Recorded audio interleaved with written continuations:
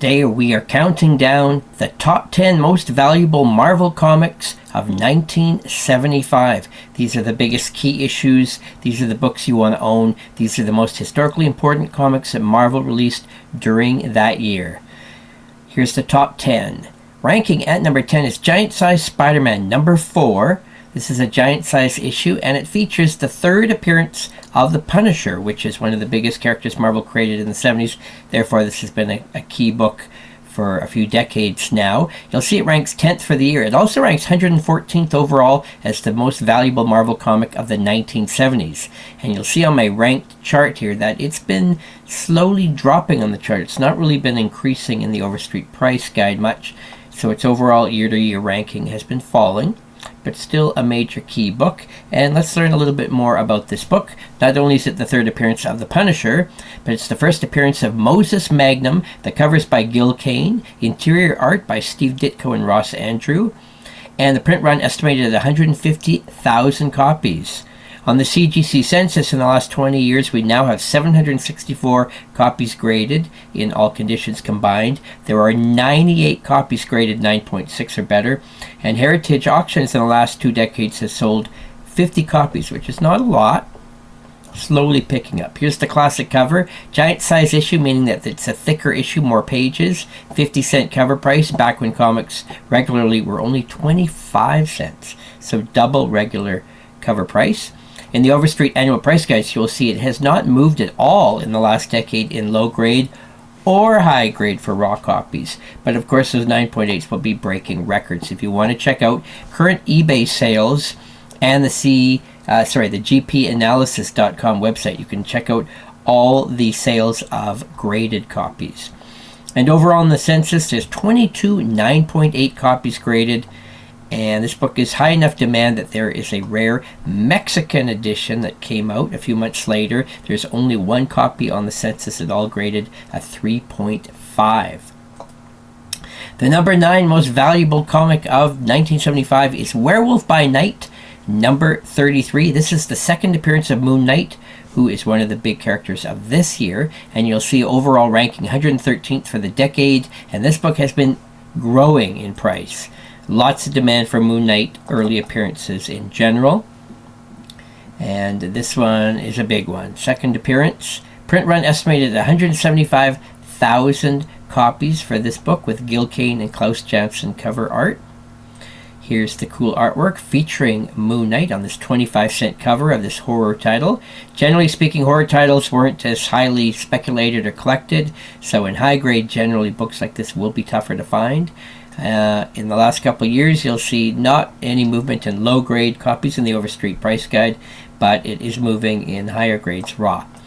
On the census, there are only 8 9.8 copies, and there is a UK price variant cover, and 8 copies only have been graded, the highest only being about a 9. Next on our list, number 8, key book of the year, Strange Tales 180.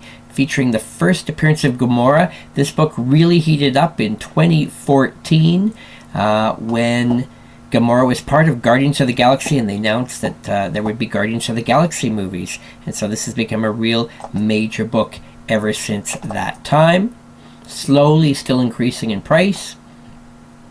And this book features cover art and story by Jim Starlin, legendary writer and artist of the 70s. And what else can we tell you? You can see on the census it's really gone crazy since the movies came out. There's been 1,000 more copies graded in the last 7 years. And way more 9.6s or better, 217. And Heritage Auctions has now sold 65 copies. Here's the cool cover with red background.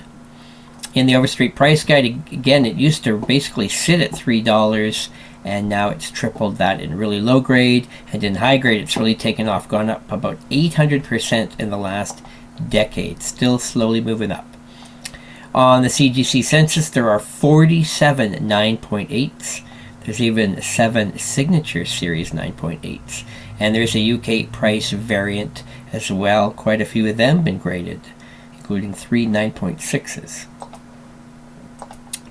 Number 7 most valuable comic of 1975 for Marvel is Marvel Preview Magazine, and this one has been holding steady overall. It features the first origin of the Punisher.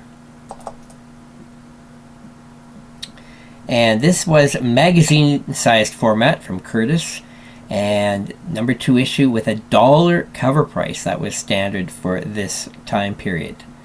So this is the first origin, and features an origin before it ever appeared in the regular comic book format.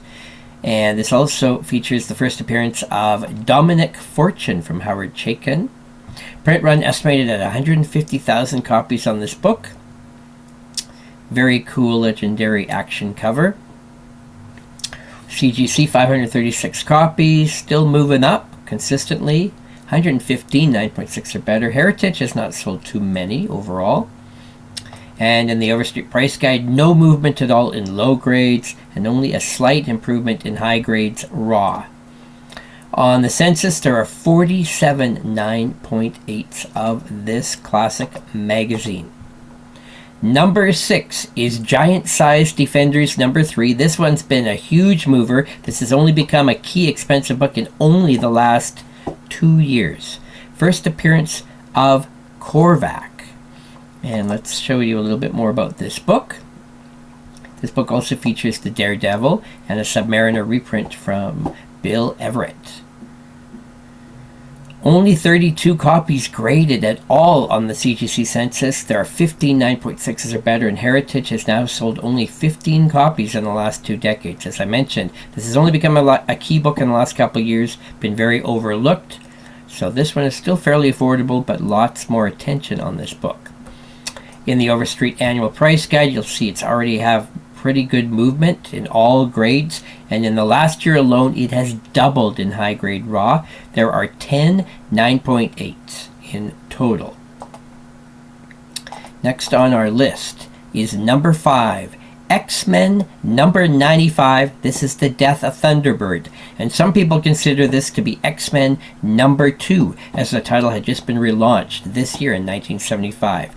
Price is holding fairly steady. This has always been a major key book, as X-Men is the most collected Marvel title of the late 70s. Let's learn a little bit more about this one. It's the 3rd appearance of the new X-Men.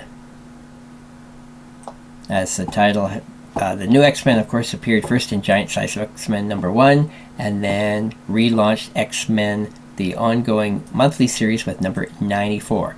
And you can see this one's going crazy on the CGC census. Tons of people think this is a key book, and the books just keep getting graded. Over 2,000 copies now, 279.6 or better, and even Heritage is really picking up. 182 copies have been auctioned off through their site. In the Overstreet price guide, though, low grade has not been moving up at all, but high grade has gone up basically 50% in the last 15 years. Not a big mover, but again, check out those recent eBay sales and graded copies to see where people are, what they're spending for the really high grade slabbed copies. 78 9.8s and 192 9.6s.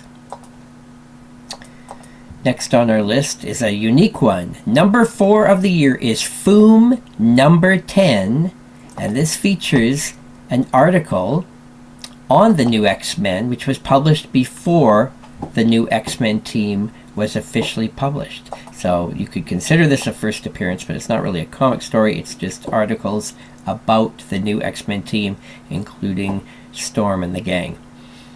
Print run estimate seems low, but 1,500 copies is an estimate. This was a magazine that was only for subscribers, so I don't think you could buy this regularly on the newsstands. So these issues of Foom have really become popular lately, and they're fun to read from a historical point of view. CGC has only graded 77 copies total, and there's only 5 copies 9.6 or better. Heritage has only sold 3 copies ever. So this one's overlooked by a lot of people. As I say, it's not a regular comic book, but collectors are really wanting this for its historical purposes. In low grade, the book has gone up 400%. And in high grade, look at that, it's really moved about 700%. So the prices are definitely moving on this one. Only 2 9.8s exist of this magazine-sized format of this issue. Number 3 on the list, a major key book, X-Men 94, is the return of the series with original new stories and a brand new X-Men team featured in each issue. This book always has been a major key. It's been a major expensive book since the 1980s. You can see it used to be number 1 on the list when many of these other books weren't worth barely anything at all. And let's talk a little bit more about this key book. This is one of the iconic Marvel comics of the 1970s. So what can we tell you? Of course, it features Angel, Marvel Girl, Iceman, Resign, and we've got Gil Kane, Dave Cockrum art. Couple interesting things to note. Print run estimate is 150,000 copies, which is decent. A lot of collectors and speculators started stockpiling this title in the late 70s because it had so much buzz as such a great read, which made it classic. Look at this. On the census, over 6,000 copies have been graded in total. 142 9.6s or better. And even Heritage has auctioned off almost 500 copies. And of course, in 2021, there was a major record sale of a 9.8 CGC copy selling for something like, 20 times guide. Just crazy prices. In the Overstreet price guide, we can see not huge growth. And here's something interesting to note about this book. This book numerous times has been considered to be very expensive, and there's been a market correction. So you can see in 2005, it fell in price in low grades.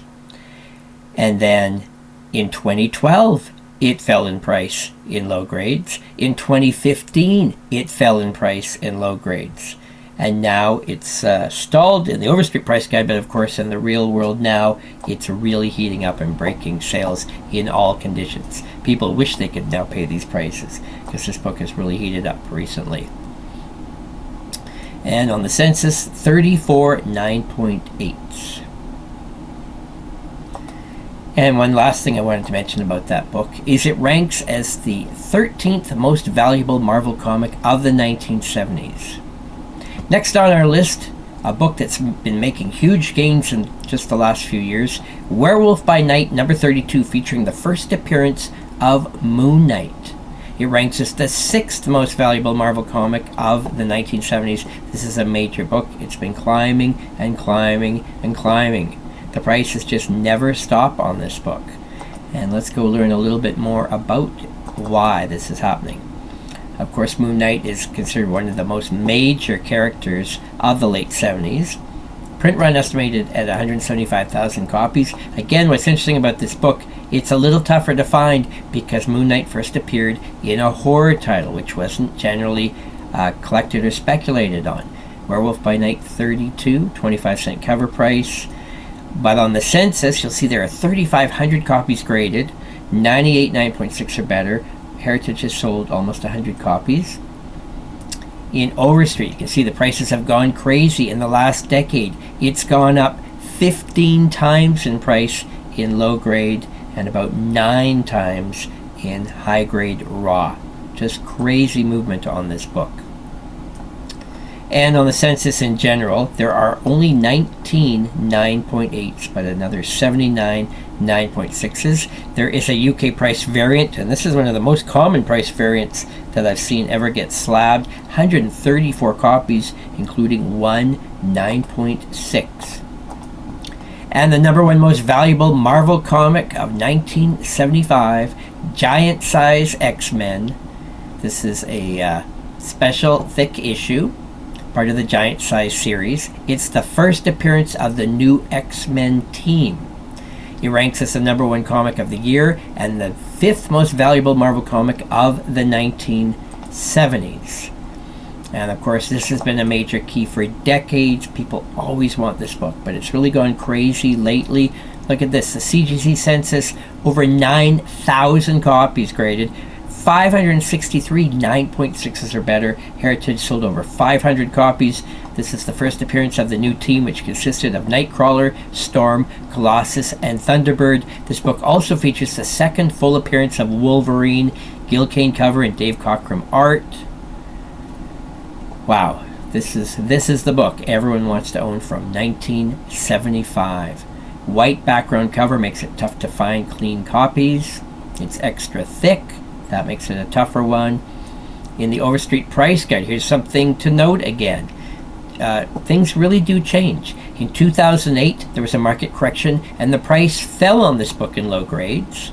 It fell in price in 2011, then it fell in price in 2012, it fell again in 2013. And then it totally turned around, and now it is skyrocketing. And you can see even here back in 2011, it stalled in high grade. It wasn't moving up at all. Again, it was considered a little bit expensive for its age. It's not that rare overall. But look at this, 193 9.8s and 370 9.6s.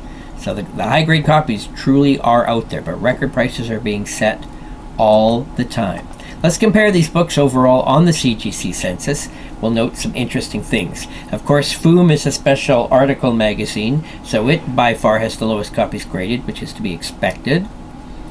But the next rarest on the census after that is the Giant Size Defenders 3, because as I mentioned, the first appearance of Korvac has only been a hot book for the last couple of years, so it has not been collected and speculated on for decades like many of the other books on the list. Of course, Giant Size X-Men #1 is by far the lead for the most copies graded. After that, it's X-Men 94 and Werewolf by Night 32. You'll note that none of these books have a 9.9 copy graded, none of them. So the 9.8 is the best copy you can own. Again, FOOM would be the rarest. And after that, it's actually Werewolf by Night 33 with only 8 copies graded 9.8. And Giant Size X-Men #1 by far in the lead with 193 copies. And if you look at the average grade of all the books that have been graded on here, of course, it's Giant Size X-Men #1, which has an average grade of 6.99. The highest book on the census is actually Marvel Preview #2. The average copy graded is an 8.5. So here you go. You learn a little bit about the history of these comics. You get to compare them to each other in terms of rarity, popularity, price growth, how they measure up on the CGC census for rarity in the high grades, and just how many copies have been graded in total to see which books are truly the ones that everyone is jumping on, and which ones even the dealers feel are the best ones to get graded. I'd like to thank you for watching. Of course, you can learn more about collecting comics at terryhoknes.com and also at CBSI at comicbookinvest.com. We'll see you again with the next episode covering another year. Thanks for watching.